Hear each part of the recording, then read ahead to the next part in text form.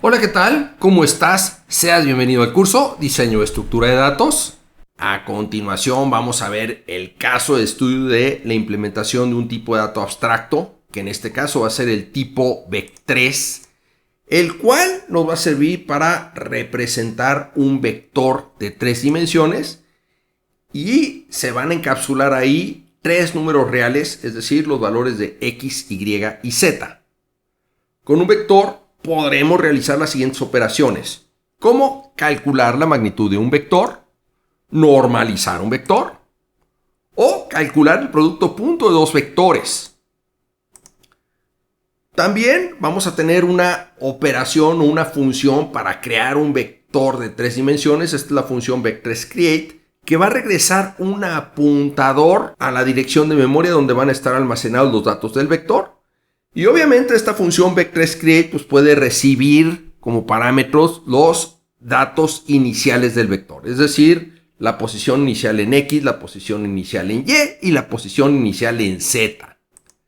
También vamos a tener una función para eliminar un vector cuando ya no se necesite. Esta va a ser la función vec3destroy.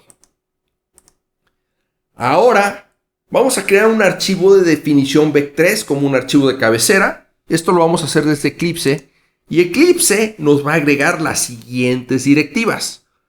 Una directiva if ndef vec3-h-. Y esta es una condición que va a ser verdadera o se va a cumplir si no se ha definido la palabra vec3-h. Tenemos también el define vec3-h-, en el cual vamos a definir todos los tipos de datos y los encabezados de las funciones que va a tener en este caso el archivo de cabecera. Y pues como esto es una condición, pues finalmente vamos a terminar con una directiva endif. ¿Para qué tenemos todo esto? Pues esto es para evitar que si tenemos, por ejemplo, la definición de vec3 en varios archivos y todos estos los estamos compilando en un solo proyecto, con esto estaríamos asegurando que solamente se van a incluir una sola vez, es decir, se van a definir solamente una vez. Si ya están definidos, pues ya no se van a definir nuevamente. ¿Me explico? Ahora lo que esté contenido en vec3.h tendrá acceso a público desde otros archivos y ahí vamos a definir la estructura donde vamos a guardar los datos del vector vec3. Es decir, en esa estructura vamos a tener los valores de X, Y y Z. Y a este tipo de dato lo vamos a nombrar vec3. Ahora, la implementación. Aquí no vamos a hacer nada de la implementación. La implementación la vamos a hacer en otro archivo que va a ser el vec3.c. En ese archivo vec3.c pues va a ser importante que incluyamos el archivo de cabecera que aquí estamos definiendo. Ahora, en este archivo de cabecera, vamos a definir los encabezados de las funciones para las operaciones con un vector 3D, pero no vamos a implementar nada. Es decir, solamente vamos a poner los encabezados de las funciones. Si aquí tenemos el archivo vec3.h, vamos a ver que vamos a definir los encabezados de las funciones para crear, destruir, poner el valor en X, poner el valor en Y y poner el valor en Z de un vector. Y estos encabezados van a ir en el vec3.h.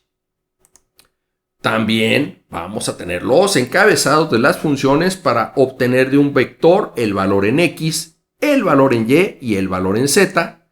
Y estos de la misma manera los vamos a agregar al vec3.h. Ahora también vamos a tener los encabezados de las funciones para las operaciones típicas con los vectores, como la función para calcular la magnitud, para normalizar y para calcular el producto punto de dos vectores. De igual manera, los encabezados van ahí en el vec3.h. También vamos a tener las operaciones típicas con instancias de tipos de datos abstractos, tales como son impresión, comparación de igualdad y clonación.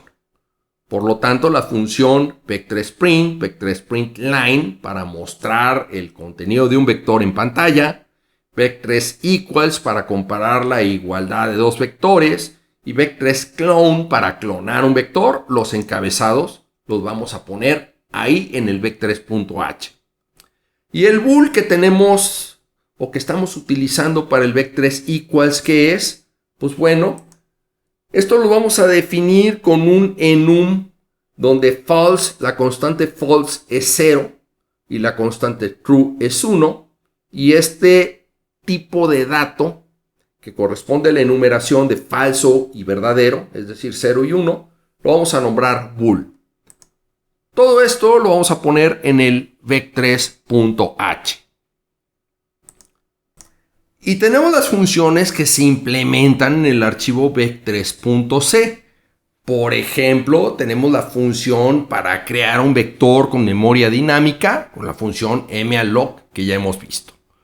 Lo primero que se va a hacer en esta función es crear un vector con memoria dinámica y se va a guardar el apuntador a la memoria dinámica en la variable b, para posteriormente poner los valores de x, y y z que se están recibiendo como argumentos a la función, para posteriormente regresar la dirección de memoria, es decir, el apuntador al vector que creamos en memoria dinámica. Ok, como esto se está haciendo con memoria dinámica, es importante que tengamos una función para liberar la memoria del vector. Y obviamente, pues esta liberación se va a hacer utilizando la función que ya hemos utilizado, que es la función free, para liberar memoria. Otra de las cosas que también es muy importante es reutilizar las funciones en la medida de lo que sea posible, porque esto nos ayuda a evitar errores. Por ejemplo, la clonación de un vector implica la creación de un vector. Es decir, clonar va a ser crear un vector con los datos que ya tiene otro vector. La normalización implicará el cálculo de la magnitud de un vector. Y la impresión, vamos a tener dos funciones para impresión con enter, que es printLine, y la función sin enter, que es print. Lo que podemos hacer es implementar primero la función de impresión sin enter, print, y después implementar printLine usando print, solamente agregando un salto de línea al final. Ok, muchas gracias por tu atención. Si tienes dudas, a continuación las revisamos.